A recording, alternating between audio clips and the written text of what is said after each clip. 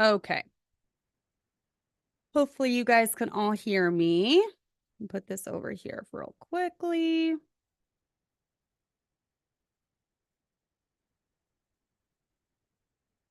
I just hit my tooth with the thing. Testing, testing, testing. Looks like it's working.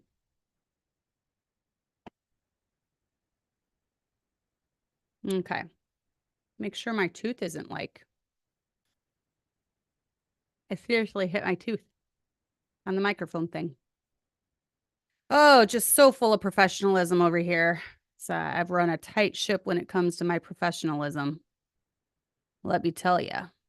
Okay, there we go. All right, let me know if that sounds good.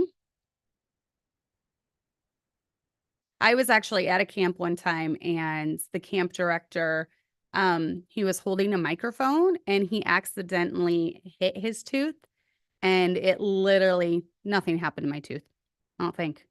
He literally hit his tooth and a big old chunk came off of his tooth. So now I'm paranoid. So when I hit my tooth on this, I was like, oh no. Um, my husband also has a chip in his tooth, like this one, and they have tried repairing it over and over again, but because it's such in a delicate place right there at the front of his mouth, it keeps chipping. So he's just decided to have that chip forever. It's just part of his personality, I guess. He's got the chipped tooth. So I know I'm very picky about my teeth. So anytime that I hit it, and sometimes, when you go to drink, you'll hit it with your straw, like the Stanley straw and the Stanley cup. And I'm always like, oh, did I just chip my tooth? I'm so paranoid now after being at camp and seeing the camp director chip his tooth with the microphone. So, anyways, that's enough talking about teeth. Funny story, one of my husband's reoccurring nightmares is he will be dreaming that he's losing teeth. And whenever it comes to pulling teeth in our home, I have to be the one to do it. Now I feel like there's something in my face. I have to be the one to do it because he is terrified of pulling teeth. And he'll have this reoccurring nightmare where like he'll be over a sink and his teeth are just like falling out. That's his nightmare. So I don't know why, but if the kids need a tooth pulled, I'm the one that pulls it in our house. So, anyways, okay, let's go on to the main topic. So, I wanted to talk about, and I know I've done this subject so much, but I feel like it's needful because I feel like moms need reminding of this because we are kind of the gatekeepers of the home and we are the heart of the home. So, for all the moms out there who listen, I want to reiterate this very, very often. And that is the whole topic of creating a safe haven in your home in the midst of all these storms. And this is something I've often talked about, but I feel like peace is one of the things missing in so many homes, even Christian homes. And more it's coming out that Christian homes are filled with just as much stress. And you know what? I'm even going to say this. I feel like sometimes Christian homes can be filled with more stress than worldly homes because oftentimes, if you are saved, and I kind of think it was like this for me a little bit growing up. My mom was saved out of a very worldly lifestyle. I love my mom. She did the best she could with what she knew how to do. And the Christian life was completely new to her. She had no idea what she was doing. So she made the best with what she had. And overall, I mean, all five of us are very successful, hardworking, smart individuals, like all five of my siblings, all me and my four siblings. Um, and we all have some interest. My sister right below me is very hardworking, has 7 kids. The one below her is a nurse, has 5 kids now. The brother below her is in National Guard, and he is a very successful businessman as well. And then the one below her is married to a successful Walmart um, top guy in Walmart world. And they have 3 kids that she homeschools. So my mom raised us to be very independent, smart, successful. That's how she raised us. But when it came to the Christian life, she just was starting with nothing. Like she had not been raised in church. She didn't know how to live this Christian life. She was raised in a very worldly home. And I feel like that puts a lot of stress sometimes on the kids because the parents, they're kind of floundering, like they don't know what they're doing. And so they tend to go over the top with things. And that creates an environment where the kids have to first walk around on eggshells. It creates an environment where the parents have exceedingly high expectations for their children, and they perceive that their children need to be perfect and they can never mess up. And that's just not achievable. We're all human, we all sin, we all have our flaws. And so oftentimes in Christian homes, you've got this really off balance kilter thing where two, you might just have things in place in your home because you think everyone in your church is supposed to be that way. And so it's not really conviction of the heart. You're just kind of have this conviction just to fit in. And so home becomes a very stressful place. And I would hate for anyone that listens to my show to run their home that way. Okay. I would hate for any of you to feel all this undue stress and pressure and this need to conform to something that you don't even have the heart belief for. If I could get anything through, it's have the heart conviction and then do things for your family because it's your conviction, not because it's someone else's conviction. So, many of us have chosen to have large families, and because of that, we are all faced with unique challenges that smaller families won't have. One of those things is just loud, crazy chaos. However, we don't want a house filled with strife and anger. Our children will not choose this Christian way of life if we show them that the Christian life is only filled with anger and strife. As moms, we are at the helm of the ship of the home, and it's up to us to be our children's peace in this crazy world that we live in. So, how do we establish this in our homes? Well, obviously, the foundation of a peaceful marriage or a foundation of a peaceful home, I believe, is a peaceful marriage. But at the core of everything, the foundation of a peaceful home is having Christ at the center, having Jesus at the center. It's wanting to live your life in a way that brings him glory and honor. It's not living your life in a way just to please man or just to show everyone in your church how spiritual you are, or just to one up everybody at church, or just to brag about how great your kids are and how wonderful your marriage is, the foundation is always going to be Jesus Christ. And obviously, my channel is for predominantly Christian women. I know there are some that watch me. Shout out to some of my non-Christian friends. I know there are some that watch me just because my life intrigues them, and that's fine too. I just hope for anyone that watches me that maybe you're not to the place where you yet believe in Jesus Christ. Okay. I'm hoping that I can be a consistent light and one that is not full of hypocrisy. I want to show you that I truly do believe on Jesus. I love him and I'm trying to serve him with my life. So that's what I'm hoping to get across. There are a lot of Christians that do things just to put on a show. But there are some of us that genuinely love the Lord and genuinely want to bring him glory. So I think if we can get that at the core of all of our homes, that's the biggest thing to having this safe haven in this crazy world we live in, right? So, but I do believe foundational to everything is a peaceful marriage. I cannot impart the importance of having a good, solid, peaceful marriage. You're going to have disagreements in your marriage. You're going to have times when you don't get along. You're going to have times when you argue.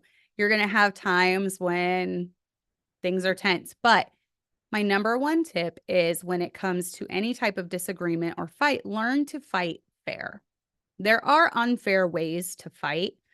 And I'm not talking about the boxing match that we just saw with the two women where they were headbutting each other. We can figuratively fight unfairly when it comes to things in marriage. So try to keep, first of all, your fights, try to keep them minimal. I'm not going to say that my kids have seen us argue. My kids have seen, disagreements that pop up, especially if you go on a long vacation together, that's going to happen. It's inevitable, but it is very rare that their dad and I fight. It's very rare that we have a disagreement. You get to a point in marriage, it's been over 2 decades for us now, and you just kind of learn, like, the red button issues. So, you kinda learn what's gonna irritate your husband, and I think most of us who are normal and want a happy marriage just stay away from that. I think husbands kind of learn what irritates their wives, and if they want a happy marriage, you just kinda stay away from that. So, try to keep your fights minimal so that when they do happen, um, first of all, your husband will take you seriously. You're not just like a continual dropping where he just gets so used to you just having a problem with absolutely everything he does that when you bring up a legitimate concern, it's not just another continually dropping thing, you know? So I've noticed when um disagreements are very few and far between my husband and I, when I do have a legitimate hurt that I need to address with him, he's way more open to it, to talking about it, versus I'm just having a bad week or 2 and I'm just getting after him for everything. I'm being a continual dropping. We're all guilty of it at times. And the response is a lot different, so I think it's just a human thing. If you have someone who's just constantly complaining to you about everything in their life, everything is going wrong, right? Think of it this way. Everything's going wrong. They're constantly complaining to you. They finally have a legitimate need. It's hard to take them seriously because they've complained so much about everything else in their life. Their back hurts and their stomach hurts and their eyes hurt and their wrist hurts and whatever. Well, maybe one day they actually fall and get a broken leg and they have a legitimate need, but you're like, is it really that serious? Because they've been telling me they're about to die for like the last 6 months. So we got to be careful as women. Um, you know, keep your fights minimal. Don't fight dirty. So don't bring up past mistakes. If things have been dealt with in the past, move on. Don't be unforgiving. One thing my husband and I do, we don't call names. There's no name calling. There's no need for that. No, no, especially none of the world's um, bad names. I guess if you could say it. None of the world's vulgarity we have never been uttered in our home. Even words like stupid, idiotic, moronic, different things like that we don't say to each other. Don't get physical, obviously, but maybe not so obviously because I'm finding out there more and more homes have physical stuff going on. So obviously, walk away before you ever get to the point where you feel like kicking your husband or karate chopping him, or whether when he feels like strangling you or punching you or something. Walk away.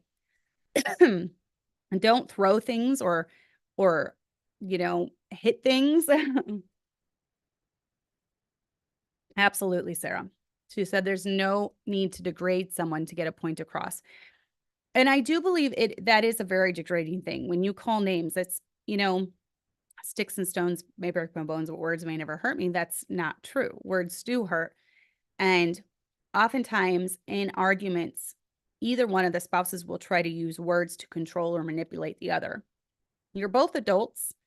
You both have different roles within marriage, but you're both equal, but you are equal in marriage, but you have different roles in marriage, if that makes sense. So, you're both adults, so you don't need to treat your husband like a little boy, and he doesn't need to treat you like a little girl.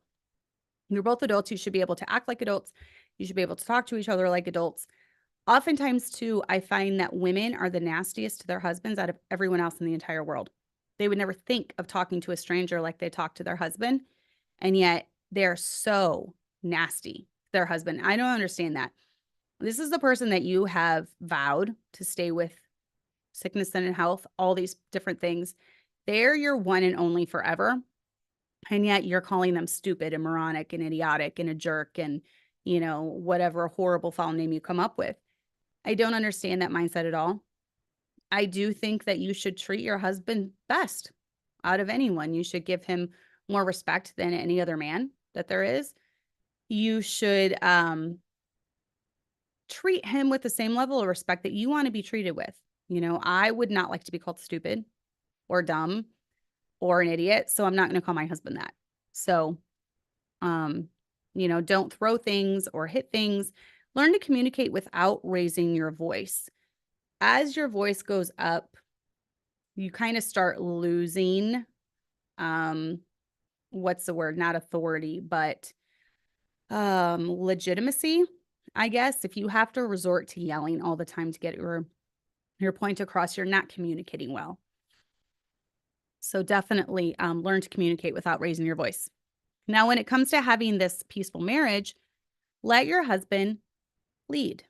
Okay, this seems so easy, but yet so many women struggle with this. And I will say, when you are first married, you have it takes years, I would say, to really build this core trust that you have in each other. And I can say that I had a harder time following the lead of my husband as a young bride than I do now. Now that I am almost 44 years old and he's about to be 44 next Sunday, I so trust him to just, all right, where you lead, I will go. Because he has proven himself through the years that he's not going to do anything to harm our family. He puts the needs of me, and the needs of our kids above anyone else in this world. And he's not going to do anything to intentionally hurt us. So he has gained my trust. I do think it's a little bit harder as a young bride, especially when you go from having the umbrella of a really safe, secure dad, like my girls have, to marrying someone that you don't really know someone till you marry them. Let's just be honest. When you go from that safe umbrella, it is quite the transition. It is a little bit more difficult, I think, for young brides. But if he's a good man, eventually he'll definitely prove himself to you. But let him lead. And that could be anything from where you live, where you're going to move, where he works. Men, especially if they're providing for us to be a stay-at-home mom, they need to like where they're working. And I found that out a long time ago. It's a lot easier for a man to work those 40 to 60 hours a week when he's doing something he loves. And even if it might be a little scary at times for him to switch jobs or, just let him know, I trust you. I know you're not going to do anything to intentionally lead us into harm or financial ruin, so I trust you. And I think men can stand up against the world as long as they have someone in their corner at all times. And so for me, I've just determined I'm going to be that one standing behind my husband in his corner all the time. And I've gotten a lot of flack over the years. There's even preachers that have said women that defend their husband should have their hands cut off, which is completely insane and asinine. But yes, it's actually been said. Because they're taking something from the Old Testament where a woman inappropriately touches another man that her husband is fighting with. And so it's completely out of context compared to leaving a comment online defending your husband, but I digress.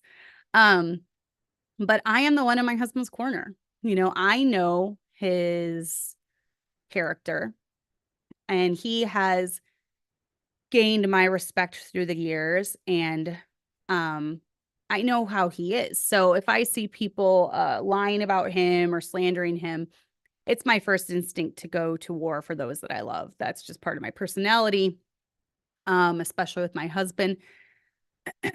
And sometimes I'll listen to him too. If he says just back off for now, I'll back off. But, he doesn't try to micromanage me, and I don't try to micromanage him. So we both trust each other, and we let each other be who we are. He lets me be my spunky self, and I let him be the voice of dissent when he decides to jump into a battle, when it comes to something. He's been in a lot of battles being in the ministry. So he needed a spunky wife. And I think any man can take on the world as long as he has someone in his corner all the time. And I am trying to be that for my husband.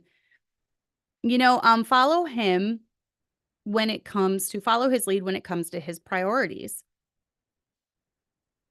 Also, another thing, how many kids you have? Follow his lead when it comes to that. If he feels like he can't financially afford 12 kids, don't push him to have 12 kids. The number of kids is going to be different depending on what family that you're from, and what your husband is comfortable with. I've seen many wives that have it in their head that they'll follow their husband's lead in anything with the exception of kids. And they firmly believe they are the open quiverful. They're the quiverful mindset where however many kids God gives them, that's what they're going to do. Well, there's a lot of fertile women out there. And, God said that he would greatly multiply sorrow and conceptions and things. And I almost think he would also, he also multiplied how many times we can get pregnant.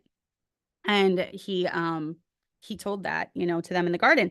And I think as women, God did not design us in a way where we were totally clueless as to what was happening, or our husbands. And so we need to follow our husband's lead, especially if there's some husbands who their wife is on the verge of suicidal thoughts. And I'm not even kidding you.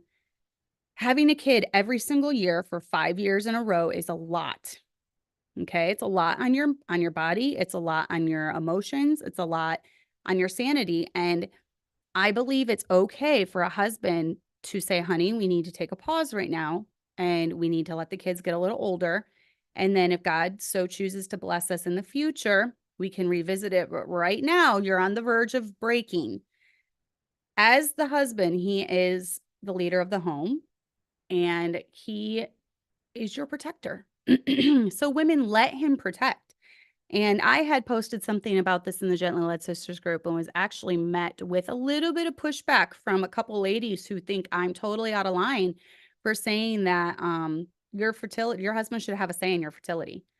And they otherwise agree that you should follow your husband's lead, but yet when it comes to fertility, women have a hard time trusting their husbands in this area.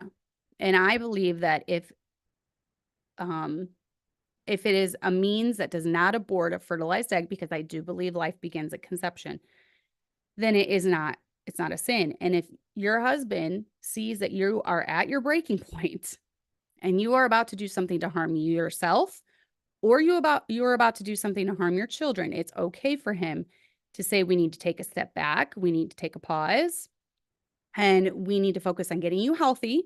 Not for selfish reasons, not so you can travel the world or make more money or whatever.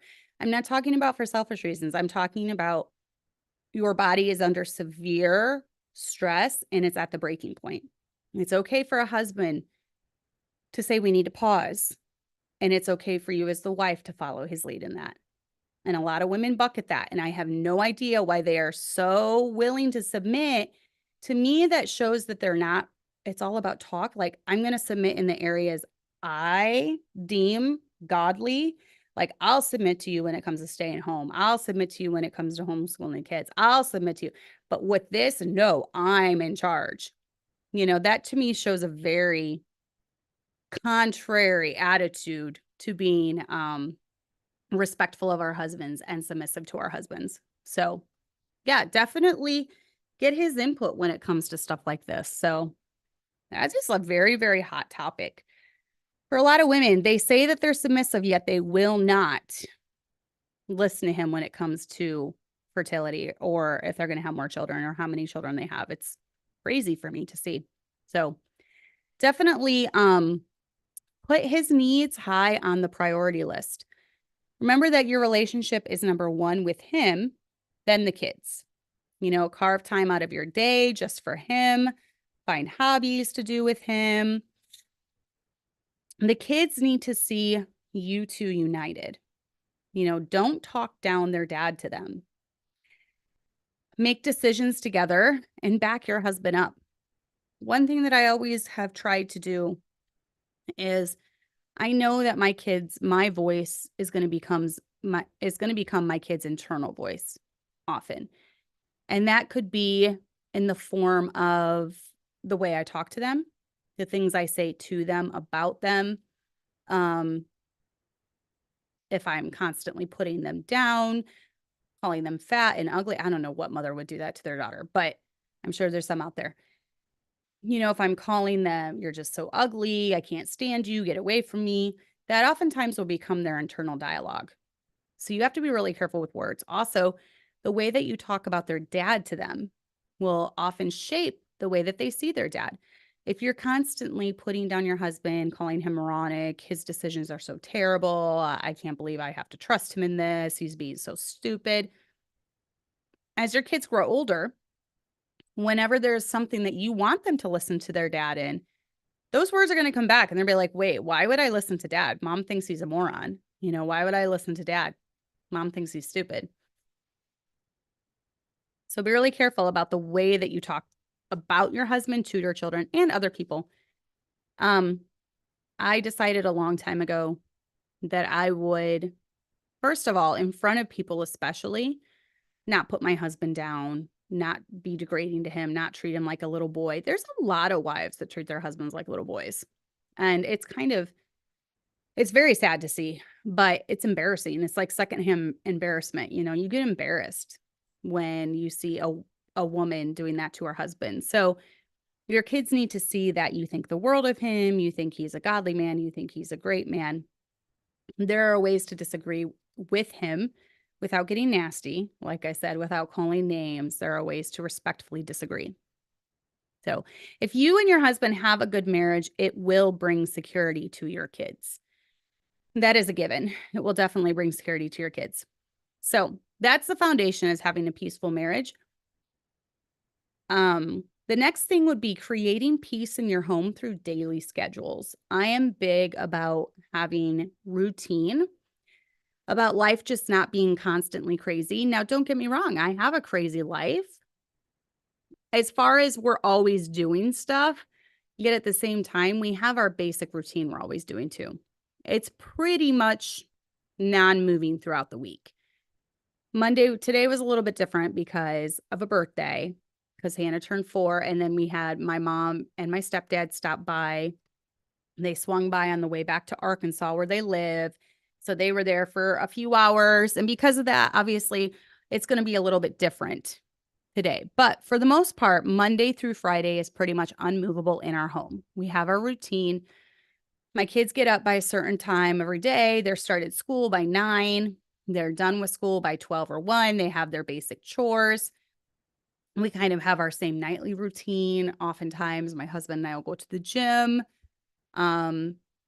They'll be doing stuff around the house in the evening. So we have some non-negotiables in place in our home, and that's obviously number 1 is school. That's their most important thing at this time of life. Because I teach piano, this also keeps us very structured. Now, next week will be a little bit different because it's Thanksgiving week. So we'll kind of tend to do more fun things that week. But throughout most of our regular weeks, school is a non-negotiable. That's just going to happen Monday through Friday most times. The beauty of homeschooling is that you can take a day off for a birthday or something, or a holiday or something like that. But overall, that's a non-negotiable. Obviously, there's some chores that have to get done every day. The chickens have to be fed. The animals have to be fed and watered. They have to be let out. You have to collect the eggs. You got to take the garbage out on Mondays. We got to keep the laundry rotated. There's some non-negotiables like that we have going on. Have structure in the home. And then definitely give your kids chores. Have them help you around the house. If you've got little ones, have them at your side. It's a lot easier to keep them at your side and give them a play broom or a play dust thing than have them destroying the living room while you're cleaning the kitchen, because that happens a lot too. You're cleaning one room, they're destroying the other room. It's a lot easier when you just keep them right next to you. So I definitely am a firm believer in daily schedules. When I had little ones, I've slacked off with the 2 babies. They're 5 and 4 now. They don't take naps anymore. Now, when my older kids were this age, I probably still did naps. I really can't remember, but I was very firm about naps when they were little because I had 3 and 3 years. So I had to give them naps or I would lose my mind. During their nap time was when I decompressed. I would get all the chores done up until that time. And that was my hour and a half, 2 hours to sit, read a book, be on the computer, write, whatever it was, that was my time. And that helped keep my sanity as a young mom. And I really needed that in place. As an older mom, things look a little different for me than they might look for you. But bedtime is pretty set, with the exception of church days. the babies are in bed before 8 p.m. No exception. We don't pull these really, really late nights. I have to have a peaceful time at night where my kids are in bed or they're just at least chilling. My older kids go to bed a little bit later. I'm not as strict on that schedule. But when I had all little kids, it was before 8, they were in bed, asleep by 8. So that was very important for me. How do we create peace in our home through our relationships with our kids? And I believe this is a big part of raising children. Use uplifting words, don't tear them down. Words are so important, and words become the internal monologue and dialogue that's running through our kids' head. I still remember things my mom said to me, good or bad, growing up, and where obviously you can choose to overcome some things in your life. You don't have to be a victim all the time. You don't have to let people's words bring you down. Words do have power. Words can build someone up or words can tear someone down. So as a parent, you hold a lot of power in so many different aspects. You hold a lot of power when it comes to your relationship with your husband, the way he feels towards you and thinks of you, depending on how the words come off of your tongue towards him. Women can be really nasty to their husbands. And I've just determined I don't want to be viewed as a nasty woman. So I have to be careful about the words that come out of my mouth towards my husband and towards my kids and towards others. You know, we have to be careful in every aspect of our relationship with other people. Strive to be close to your kids. You know, I would say that my relationship with my kids does not take precedent with my husband and I. My husband is the most important, hands down, out of anyone on this earth. But my kids are right after him. You know, those are the people that I want to be closest to. Those are the people whose opinion matters the most to me. My husband and my kids, what they think of me. It doesn't even matter what all of you think of me out there in internet land. I know there's a bunch of you that just watch this because you hate me, which I don't understand that, but hate away, whatever. And then there's some of you that watch me just because my whole life fascinates you, whatever. I don't think it's that interesting, but I honestly don't really care what out there thinks about me. I care the most about what my husband thinks about me, what my children think about me, and what my church thinks about me. In that order. That's what I care about. Those who know me in real life, those who interact with me on a personal level. It doesn't matter if all of internet land wants my hands cut off because I left a comment defending my husband. What does my husband think about me? Does he mind that I'm defending him? You know, what does he think about me? That's what really matters. Show your kids that they're important to you over anything else. You'll move mountains for your kids. You know, have one-on-one time with them. Celebrate their big days and accomplishments, which we just did with Hannah today. I did a short little members live before this one talking kind of about how we do birthdays in our home. And birthdays in the McMurtry home are a big deal. And I believe I try to make it even more important with my children because we have a big family. There's 8 kids, and you can kind of get lost in the shuffle when you start getting over 5, 6, 7 kids. You can kind of get lost in the shuffle. And so I want my kids to always know that they're very important and that they have a place in the McMurtry home, that they were wanted in the McMurtry home, and that we were so excited the day that they were born. And so we make birthdays a big deal in our house and, you know, different accomplishments that they do. But then how do we create peace in our home by living like Christians? This is a big one. You know, for us, we listen to a lot of godly music. We have godly music playing through the home, through Alexa. Most of the time, it's just things like Heartland Baptist Bible College, Hiles Anderson, Golden State, Providence. I'm just throwing out some college groups that we listen to. And if you just say, hey, Alexa, play Heartland Bible College music, she'll play a bunch of them. Reading our Bibles. You know, I want my kids to know it's important to read your Bible. Read your Bible every day before school. That's where you're going to get wisdom. That's where you're going to find out how God wants you to live your life. Keep the sin and wickedness out of the home. And that would be alcohol, smoking, drugs, etc. And it's crazy to me how many Christian homes are allowing marijuana in, mind altering things that I would definitely consider mind altering. I have it in my house. I won't even buy alcohol for tinctures.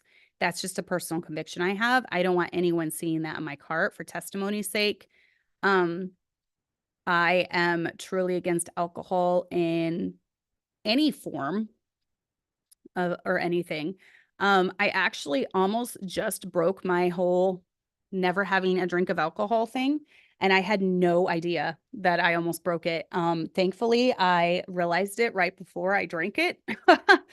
I was at this little like mom and pop shop in here in Princeton.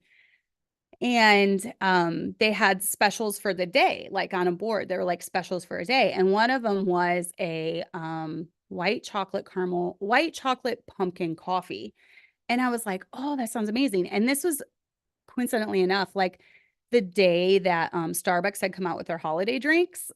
And so I was like, ooh, white chocolate pumpkin like coffee. That sounds so good. So I asked the lady if I could have that.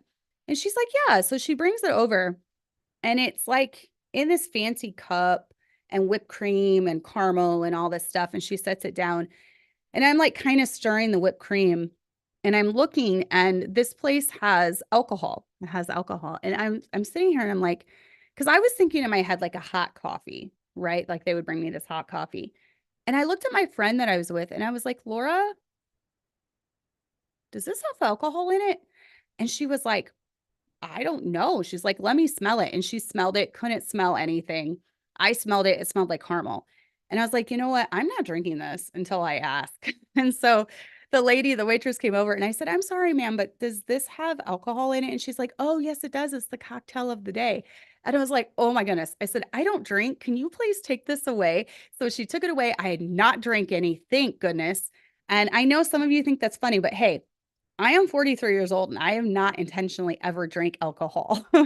If I've had some in NyQuil, that's something else, but I have not intentionally ever drank an alcoholic drink. And can you imagine if I would have sat there and downed that whole thing, not knowing there was alcohol, the buzz I would have gotten? And then I was driving. So I'm thinking, how could I have driven? I could just see it like I'm buzzed. I'm driving home. I get pulled over. Pastor's wife gets arrested for DUI or something. And I had no idea I had drank an alcoholic drink. Can you imagine if that hit new IFB Newsland? Pastor's wife arrested for drinking an alcoholic drink. Oh my word. So, okay. Moral of the story, don't drink a fancy coffee unless you ask if it's alcoholic. I actually felt a lot better because I was telling, Jason and Liz about it. And she told me a story. Her school principal, who's from this super godly, great family, they had gone on their honeymoon, him and his wife, and he ordered a coffee. Same thing I did, not knowing, drank the whole thing, got drunk on his honeymoon. And so here he is with this new bride. They did everything right leading up to the wedding. He's never drank. He gets drunk on his honeymoon. I'm like, oh my goodness, that's terrifying. So, moral of the story, it was so funny though, because after that whole thing, she took it away and she went over on the board and she erased a special of the day and she put above the coffee, she put cocktail of the day. So she like changed it to that. So I told her, I'm like, oh, I said, I see you changed, what you wrote. And she was like, well, I just kind of assumed everyone would know that a fancy coffee was a drink. And I'm like, I'm sorry. I don't think that way because I don't drink. I don't think that way. And I remember when we were in Ireland, I'm totally going down a rabbit trail, but I forgot about this story. We were in Ireland. We were going into this little cafe and I was like, I saw the sign that said Irish coffee. And I was like, oh, Irish coffee. That sounds good. I wonder what that is. And right before I ordered it, Fiona told me, by the way, don't order an Irish coffee. And I was like, oh, really? Why? That's kind of what I was planning on ordering. She's like, it has rum in it. I was like, oh, good to know. So I've learned my lesson with coffee. I think I'm just going to stick to ordering coffee from Starbucks or Dunkin' or Seven Brew or Scooters where I know there's no alcohol in it. So that is it. But anyways, we have in our home, we are very anti-alcohol. We don't even want it touching our lips. We don't want to buy it. So I will not buy it for medicinal purposes, tinctures, anything like that. I'm just not gonna do it. We're gonna keep it as far away from us as we can. Same with smoking, same with drugs. We want as much of a non-worldly home as we can. And so many worldly people need those things to survive. They need their drugs, they need their alcohol. And we want to show our kids that we can live a happy, fulfilled life without depending on these mind-altering things to get us through life. So I know in our home we keep the cussing out. We do not believe in even biblical, if you call them biblical cuss words, whatever. We don't believe, okay. It's one thing to call a donkey an ass. Okay. That's whatever. I'm not talking about that. But when you call someone else that, you're using the biblical word now in a worldly way. So we don't believe in using the biblical words, but in a worldly way, in the same way that the world uses them. Like even when you use the word hell in a non-biblical way. Hell is a very serious thing. So you need to use it in serious ways. You need to use it only in the biblical way of things. So keep custody out of our home. We use edifying words, talk good about other people, talk good of others, being hospitable. We do try to keep an open home policy where, people can stay at our home if they want. We have nothing to hide. People can come over, people can drop by. And then I try to instill, and this is hard with kids are going to fight no matter what kind of home they're from, they're going to fight. But I do want my kids to be kind to each other. I think every mom wants that, right? And then with the conflict, whenever we have conflict come up in our home, whether that's we have to deal with something with the kids, my husband and I have conflict, we have conflict with other people, I like to deal with it quickly and then move on. Deal with it quickly and move on. Forgive, forget, and do better. And that is kind of one of the mottos that we try to live by. Forgive, forget, and do better. Because you don't want to keep up bringing your husband's transgressions. You don't want him bringing up your transgressions. You don't want to bring up your kids' transgressions all the time. Mabel, I have no idea. We love pumpkin here. And I'm sorry, a white chocolate caramel pumpkin drink sounded amazing. They had to mess it up. And then I even asked her, I'm like, could you make this without the alcohol? And she said it would basically be coffee. I said, can you bring me a coffee then? So I had hot coffee. That was my drink. But I don't understand why they couldn't have made it unless it's like a coffee liqueur. How do you say that? Coffee liquor. But the fancy way. Unless it's something like that, which I'm finding out is more of a thing. I had to Google it. So yeah, Sarah, that would have been my luck. Second time being pulled over and for driving drunk. And then he would have been like, walk the line. And I've been like, what is my problem? Why do I feel this way? Which I've heard that I should have been able to like take a drink and I probably would have known after the first drink that something was weird with the coffee. But what if I hadn't and I just drank the whole thing?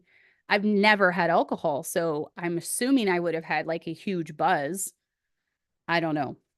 But beware of the coffee drinks at fancy places. Always ask. That is, if you just remember that from today, be good. And then lastly, creating peace by having a happy home. It has to be happy. You have to laugh together. You have to get along. You have to create memories with your kids. You have to do special things with them. You have to take them places. It's hard. You've got all these little kids and you have coats and car seats and it's annoying, but do it. They'll have memories. Even if they don't remember it, there's pictures, right? They'll remember. My kids think back fondly to all the years we've gone to Christmas lights, all the years we've gone to Tanner's Orchard, all the times we've been to the zoo. They have very fond memories of that. So go places, do things.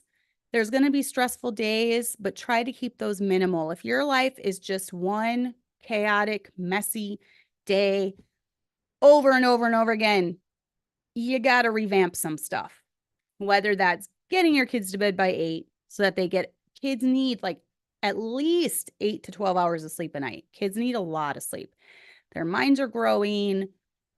Their bodies are changing. They're growing up. They need a lot of sleep. 8 to 12 hours a day. Get them to bed early. Get a structure. Have them do school, have them do chores, have them help out. Don't let it be a free for all where they're fighting, arguing over video games and throwing things at each other. Get some structure in your house. Your life should not be one unending ball of just chaos all the time, where you're constantly stressed out and you're constantly screaming at your kids and you're constantly unhappy and the kids are constantly walking around on eggshells because someone's about to set mom off again. You know, you want your kids to choose having a big family. You want your kids to choose being a stay-at-home mom. You want your kids to choose all these things. So make it enjoyable. Make memories for them that they will fondly look back and say, I would choose that life over again in a heartbeat. I want this for my kids. I want this for my family. You know, if your kids are like counting down the days on a calendar, marking off each day till they turn 18 so they can get out of your house, something's not vibing.